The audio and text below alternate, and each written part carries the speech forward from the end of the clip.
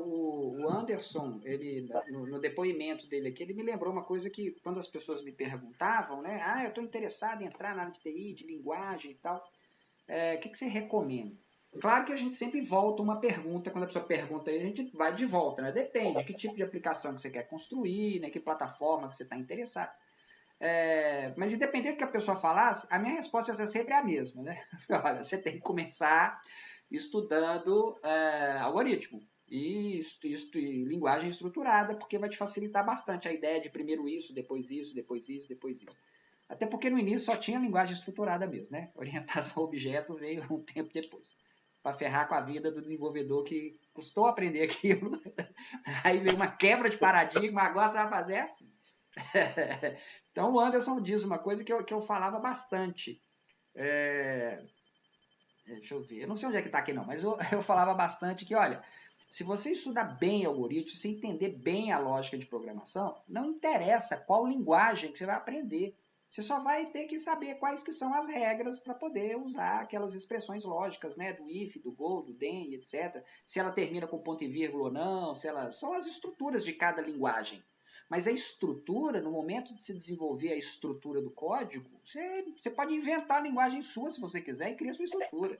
E aí depois isso aqui vai ser implementado em quê? PHP? Então tá bom, deixa eu dar uma lidinha. Antigamente, na época do COBOL, do Clipper, etc., existiam umas fichas, custava caro aquilo, eram umas fichas que vinham os principais comandos e sintaxe. Então, se você tinha que desenvolver lá em COBOL, você estava com essa ficha, você ficava com ela do lado o tempo todo. Ficava lá. Ah, não, isso aqui tem que fazer em Clipper. Você pega outra ficha do Clipper. Então, dá isso aqui. Porque a estrutura, como era tudo estruturado, né? Então, o algoritmo não mudava, mas as regrinhas de implementação de cada linguagem, que são distintas, você ia ter que, obviamente, se adaptar a ela. Claro que eu estou falando de uma época que tinha nem mouse, né? Então, hoje as coisas são muito mais complexas, obviamente, né? Hoje ninguém vai se dar o luxo de, vou estudar linguagem nenhuma. Aqui precisar, claro que não é assim, não é o caso. Então, hoje vale a pena, sim, o que você disse muito bem, Roberto. Você tem interesse na plataforma web, então, sim, procure as linguagens que são as linguagens mais usadas e mais dinâmicas. Eu particularmente, gosto muito de PHP. É um exemplo ótimo. Estou fazendo um trabalho com uma pessoa e estou fazendo, né, a modelagem dos requisitos todos. E eu entrego para ele. E ele demora para implementar, né? Ele está fazendo em .NET. Ele demora. Eu fico olhando assim, gente, se eu fizesse em PHP, ia ser tão rapidinho. Porque você já embola o código junto com HTML, é muito rápido, sabe? Ele mesmo confessou, realmente se fosse PHP, mas .NET ele traz um tanto de não sei. Eu falei, tá bom, faz aí o seu.